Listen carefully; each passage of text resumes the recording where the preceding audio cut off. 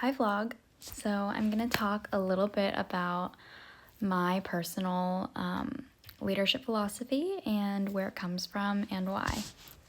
I think leadership is a super important aspect of life and can show up in a large array of different ways. In my own life, I don't necessarily consider myself a super overt leader, and I feel like it shows up in smaller, less obvious ways for me. But leadership to me is about empowering others and making them feel heard and cared for, but also driven through self-efficacy to make them feel as though they are capable of carrying out a task. This is mostly done by building a community that is welcoming, inclusive, and trustworthy and works like a team. I know in my own life I have felt the most empowered by leaders who are encouraging and make me feel as if I'm super valued and important to the greater good of the team, and I'm not just a cog in the machine, basically. I always feel the most successful as a follower when the leaders around me treat me with respect and care about my life outside of work as well as inside of work, which has impacted the way that I view leadership as a whole.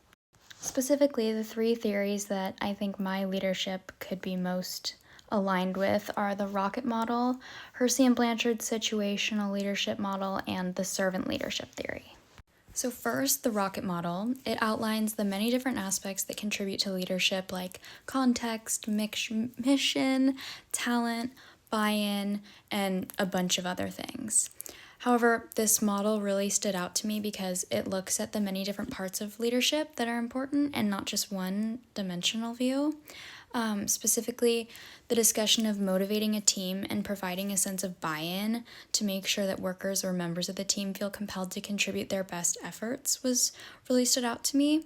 It's also really important to look at the context of the environment or situation because that influences everything else, really. Also, knowing the context and personal challenges that some of the workers may face can really help you be better able to provide support for your team.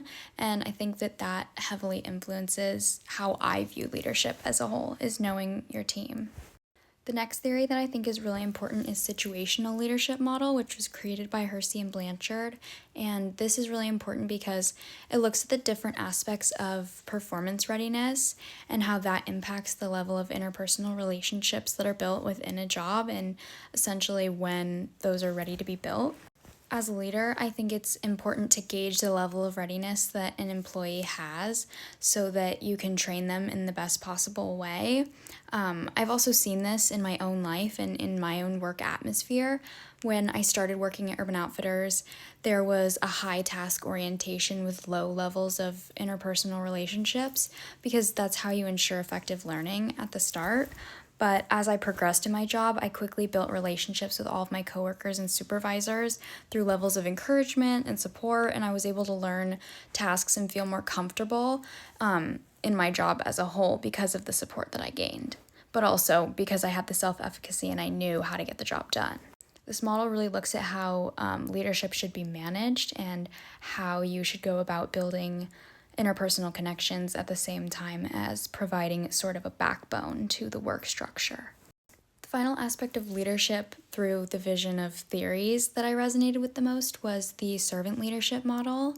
I really like this theory because it focuses on ways that we can serve other people as leaders and really how we can empathize with others. And I personally have seen that be the most important in my own leadership style is how to connect with people and how to empathize with them and understand where they're at and what they're going through. And I think that that's a super essential part of a leader because without that, there's not going to be a lot of buy-in.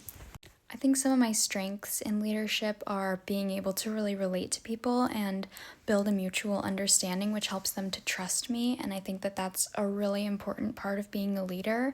But I would say some of my weaknesses would be confidence and not complying too easily or just backing down because I want everybody to be happy. And sometimes I need to have a little bit more of a backbone as a leader.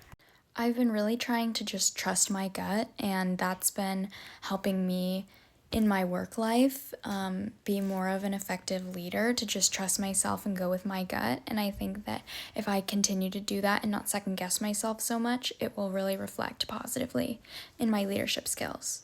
I know right now I am applying to jobs and I'm really trying to be a leader and show people that I am a leader, and I hope that in the next 10 years I grow as a person and as a leader in my job and am able to supervise a large team. And I think that two tangible and relevant ways that this course context can apply to my future is empathizing with others and also providing a plan of self efficacy and a little bit of structure to, not a little bit, but quite a bit of structure to push the team to go forward and get buy in for a shared mission.